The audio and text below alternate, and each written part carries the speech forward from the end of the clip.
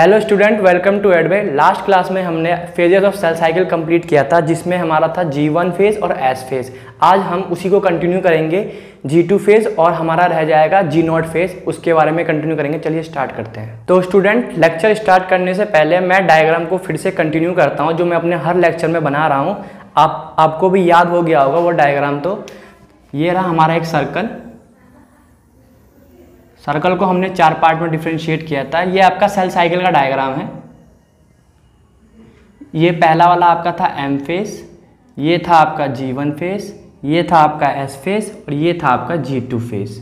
ठीक है, तो मैंने आपको ये वाला कंप्लीट करा दिया, ये वाला कंप्लीट करा दिया, हमारा ये रह रहा है। और G2 से पहले हम एक और चीज़ पढ़ते हैं यहाँ की, G0 फेज, उसके बारे में भी हम जानेंगे। देन इसके बाद हम M फेज के बारे में पढ़ेंगे। तो सबसे पहले हम G2 के बारे में पढ़ते हैं कि G2 फेज में होता क्या है। आपका सबसे पहले स्टार्ट करते हैं हम G2 फेज के बारे में।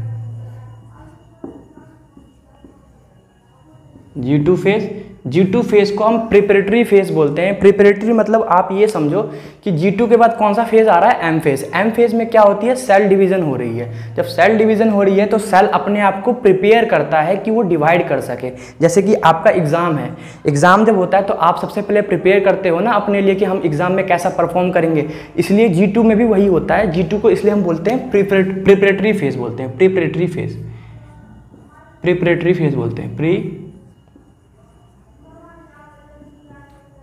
प्रिपरेटरी फेज बोला जाता है इसको। तो जो प्रोसेस आपका जीवन में चलता है, जीवन में क्या हो रहा था, ग्रोथ हो रहा था। तो यहाँ पे भी ग्रोथ जो होती है आपकी कंटिन्यू रहती है। यहाँ पे ग्रोथ क्या रहती है, ग्रोथ कंटिन्यू रहती है। देन उसके बाद हम बात करें ग्रोथ कंटिन्यू होने के बाद, उसके साथ साथ यहाँ पे कुछ प्रोटीन का फॉर्मेशन होता है, स्पेशल टाइप की प्रोटीन जो सेल डिवीजन में पार्टिसिपेट करती हैं। उसका नाम है आपका ट्यूबुलिन प्रोटीन। क्या नाम है आपका, ट्यूबुलिन प्रोटीन, जो स्पेशल टाइप की प्रोटीन है, which help in cell division. Cell division के लिए जो क्या हो, हेल्पफुल हो, वो टाइप की प्रोटीन यहाँ पे बनती है। देखो यहाँ प्रोटीन आ गया, तो प्रोटीन में मैंने बताया था ट्रांसक्रिप्शन और ट्रांसलेशन दोनों होगा। फिर यहाँ पे ट्रांसक्रिप्शन भी होती है, साथ में फिर ट्रांसक्रिप्शन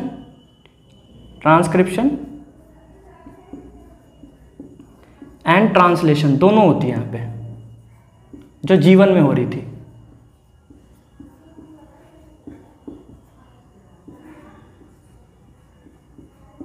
ठीक है, आपका ट्रांसक्रिप्शन भी हो रहा है, ट्रांसलेशन भी हो रहा है। देन यहाँ पे कुछ ऑर्गेनेलीज होती हैं, जैसे कि आपका माइटोकॉन्ड्रिया, क्लोरोप्लास्ट। उसमें क्या होता है, अपना डीएनए होता है, तो वो भी अपने आप को क्या करती हैं, डबल करती हैं। क्योंकि सेल डिवीजन जब होता है तो आपको एनर्जी की भी रिक्वायर्ड होती है। तो यहाँ पे इसलिए हम माइटोकॉन्ड्रिया और जो आपका क्लोरोप्लास्ट जैसे ऑर्गेनेलीज होते हैं, जिसपे अपना खुद का डीएनए है, वो डबल होता है। तो हम यहाँ पे बोलेंगे कि ऑर्गेनेलीज होती हैं, सम ऑर्गेनेलीज आर डबल। सम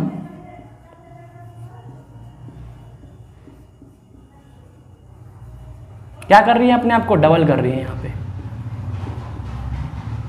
ठीक है, तो सम ऑर्गेनिज्म में आपका याद रखना माइटोकॉन्ड्रिया हो गया या फिर क्लोरोप्लास्ट हो गया। आगे हम इसके सेल चैप्टर में बारे में डिटेल में पढ़ेंगे, तो तब तक इसका स्क्रीनशॉट लो। तो स्टूडेंट, इसी के साथ हमने G2 अपना जो फेज था वो कंप्लीट हो चुका है। देन इसके बाद आपका आता है G0 फेज। अब ये कहोगे कि एक नया चीज़ कहाँ से आ गया, ये है G0 फेज। G0 फेज कहाँ से आता है मैं बताता हूँ। यहाँ पे तो कहीं दिख नहीं रहा है आपको। G0 फेज आ जाता है आपका यहाँ से, G1 है, कुछ सेल्स होते हैं, ये इधर आता है G0 फेज आपका। अब G0 फेज को हम क्यूसेंट फेज बोलते हैं। अब क्यूसेंट फेज क्यों बोलते हैं, मैं यहाँ पे आपको समझाता हूँ। सबसे पहले कुछ सेल होते हैं, मतलब जैसे जीवन खत्म होता है, सेल के पास ऑप्शंस होते हैं, या तो वो परमानेंट हो जाए, देन उसके बाद या फिर एस फेज में चला जाए। अगर एस फेज में जाएगा तो उसको डीएनए रेप्लिकेशन करना ही पड़ेगा। अगर वो एस फेज में चला गया तो डीएनए रेप्लिकेशन करना पड़ेगा। तो G0 फेज में क्या होता है, दो ऑप्शन है, सेल परमानेंट हो या फिर सेल एस फेज में जाए। एक ऑप्शन और आता है कि सेल जो है अपनी साइकिल को ही छोड़ दे। तो मैं यहाँ पे समझाता हूँ फिर से। जैसे कि G1 फेज है आपका, ये आपका G1 फेज है। G1 फेज में सेल के पास पहले तो दो ऑप्शंस होते हैं, या फिर वो चला जाए एंटर इनटू एस फेज। अगर वो एस फेज में गया तो क्या होगा, तो डीएनए रेप्लिकेशन हो जाएगी। क्या होगी यहाँ पे, डीएनए रेप्लिकेशन हो जाएगी। बट कुछ सेल के पास एक और ऑप्शंस होते हैं, या फिर वो सेल परमानेंट हो जाए। क्या हो जाए? सेल परमानेंट हो जाए, या फिर उसका रोल फिक्स हो जाए, या फिर आपका सेल का रोल फिक्स हो जाए। जैसे कि आपका एग्जाम्पल में स्किन सेल आ गया, तो सेल के पास तो ये दो ऑप्शन हो गए, जैसे जीवन के पास आया तो। और जीवन में मैंने आपको बताया था कि जीवन में some check points are present, some check points are present.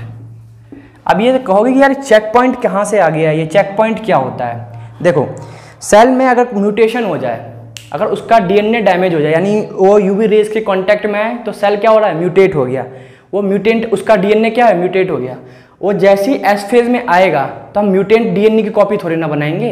अगर हम म्यूटेंट डीएनए की कॉपी बनाने लगे तो क्या होगा? कैंसर हो जाएगा, ट्यूमर हो जाएगा। ट्यूमर भी आपके दो तरीके के होते हैं, बिनाइन होता है, मैलिग्नेंट ट्यूमर होता है। हम आगे डिस्कस करेंगे उसके बारे में। तो इसीलिए कैंसर से बचाने के लिए यहाँ पे कुछ चेक पॉइंट्स होते हैं। चेक पॉइंट्स का काम क्या होता है? ये प्रिवेंट करता है, प्रिवेंट कह लो या फिर सेल को चेक कर लो, म्यूटेंट डीएनए जो होता है उसको, उससे बचाता है। यही कहो, प्रिवेंट फ्रॉम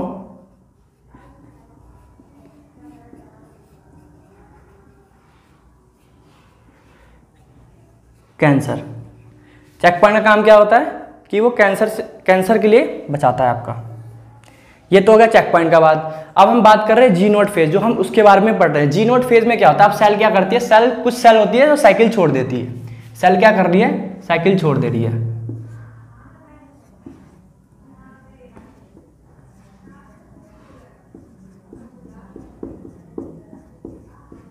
जब साइकिल छोड़ देती है ना, वो सेल ग्रो करती है। सेल ग्रोथ होती है? नहीं होती। ना वो सेल अपने आप को डिवाइड करती है। बट सेल मेटाबॉलिकली एक्टिव रहती है।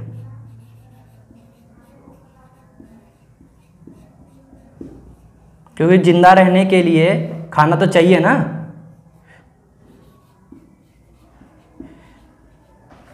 सेल ना ग्रो करती है ना डिवाइड करती है, बट वो मेटाबॉलिकली एक्टिव रहती है। अब सेल ग्रोथ को यहां पे एक टर्म दिया गया है, प्रोलीफरेट बोलते हैं उसको। क्या बोलते हैं हम? प्रोलीफरेट बोलते हैं उसको।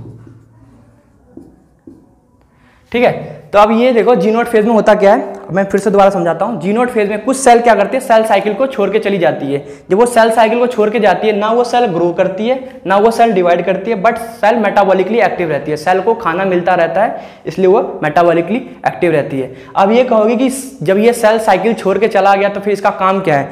इसका काम ये होता है, या तो इसके पास भी ऑप्शन होते हैं, या तो ये परमानेंट हो जाता है, या फिर ये क्या करता है कि जो आपका रिप्लेसमेंट सेल्स होते हैं, जैसे कि कहीं चोट लग गई आपको, तो वो क्या करता है? उसको आके रिप्लेस करता है यहाँ से।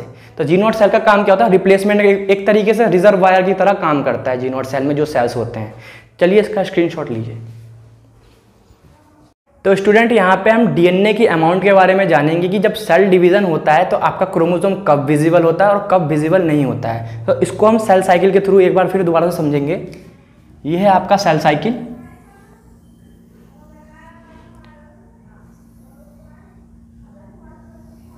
ये है आपका एम फेज, ये है आपका G1 फेज, ये है आपका S फेज, ये है आपका G2 फेज। तो क्रोमोसोम आपका मोस्टली कब विजिबल होता है, ये चीज आपको याद रखनी है। M फेज में क्रोमोसोम जो होता है आपका विजिबल होता है। बट बाकी फेसेस हैं आपके G1, S और G2, इसमें क्रोमोसोम किसकी फॉर्म में विजिबल रहता है? क्रोमैटिन के फॉर्म में विजिबल रहता है। क्रोमैटिन की फॉर्म में विजिबल रहता है। ये है आपका क्रोमोसोम,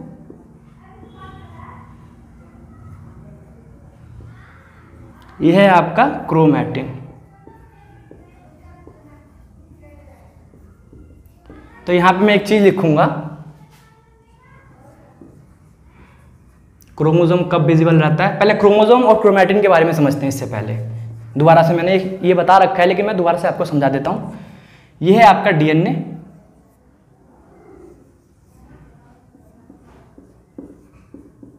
डीएनए को मैंने कंडेंस कर दिया, मतलब गाढ़ा कर दिया।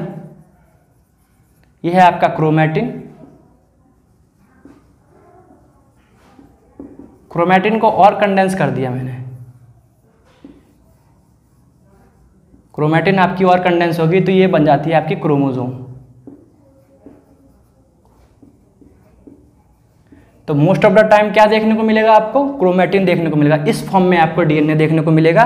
और जब आपका एम फेज होगा, जब सेल डिवाइड कर रही होगी, तो आपको क्रोमोसोम देखने को मिलेगा। कहीं ना कहीं क्वेश्चन यहाँ पे ये अराइज होता है कि हमें एम फेज में ही इस तरीके का क्रोमोसोम देखने को क्यों मिलता है, इस तरीके का क्यों नहीं देखने को मिलता जब हर फेज में ये हो रहा है। तो देखो ऐसा समझो, ये धागा है, इसको डिवाइड करना थोड़ा सा मुश्किल पड़ेगा क्योंकि हम सेल डिवाइड कर रहे हैं ना एम फेज में। एक सेल से 2 सेल बना रहे हैं हम, हाँ, एक सेल से हम 2 सेल बना रहे हैं। तो ये डिवाइड करने में हमें थोड़ा सा टफ काम है। लेकिन ये जो आपका क्रोमोसोम है और कंडेंस हो गया है, इस कंडेंस क्रोमोसोम को हम डिवाइड कर लेंगे बड़े आराम से। ये क्रोमोसोम है आपका, हाँ, ये आपका आराम से डिवाइड हो जाएगा। ये इधर की तरफ, एक इधर की तरफ आ गया, एक इधर की तरफ आ गया। ये ईजी पड़ जाता है डिवाइड करने में। आपको समझ में आ गया हो? स्क्रीनशॉट लो पहले इसका। तो स्टूडेंट अब हम यहाँ पे लिख सकते हैं कि क्रोमोसोम कब विजिबल रहता है? क्रोमोसोम विजिबल ओनली इन कौन से फेज में? एम फेज में। किसकी, मतलब किसकी हेल्प से देख सकते हैं? अंडर माइक्रोस्कोप बहुत अच्छा दिखेगा ये, अंडर माइक्रोस्कोप। और बाकी आपका जो फेजेस है, जैसे कि आपका G1 है, S है और देन G2 है, इसमें कौन से तरीके से क्रोमोसोम दिखेंगे? क्रोमैटिन के फॉर्म में दिखेंगे क्रोमोसोम। क्रोमैटिन विजिबल होगा आपका। क्या होगा? क्रोमैटिन विजिबल रहेगा यहाँ पे। चलिए इसका स्क्रीनशॉट लीजिए। तो स्टूडेंट जैसा कि मैंने आपको बताया कि एम फेज में क्रोमोसोम क्या रहता है? विजिबल रहता है सिर्फ 1 घंटे के लिए। टाइम से रिलेट करो, टाइम से। जब मैंने आपको G1 फेज पढ़ाया था तो मैंने कहीं ना कहीं आपको ये भी रिलेट कराया था कि 24 घंटे होती है सेल साइकिल की। तो 24 घंटे में से 1 घंटे जो होता है आपका क्रोमोसोम दिखेगा। जब हम अनियन टिप की स्लाइड लेते हैं, अनियन टिप लेते हैं ना, अनियन टिप को हम माइक्रोस्कोप की स्लाइड में देखते हैं तो अनियन टिप के ऊपर क्या होता है? वो सेल डिवीजन होती है, सेल डिवाइड करती रहती है। बट उसमें हर टाइम आपका जो होता है क्रोमोसोम विजिबल नहीं रहता है। क्रोमोसोम कब विजिबल रहेगा? सिर्फ 1 घंटे के लिए रहेगा, वो भी एम फेज में। तो चलिए, आपको ये वीडियो पसंद आई होगी और इस चैनल को ज़्यादा से ज़्यादा शेयर करो। Thank you so much.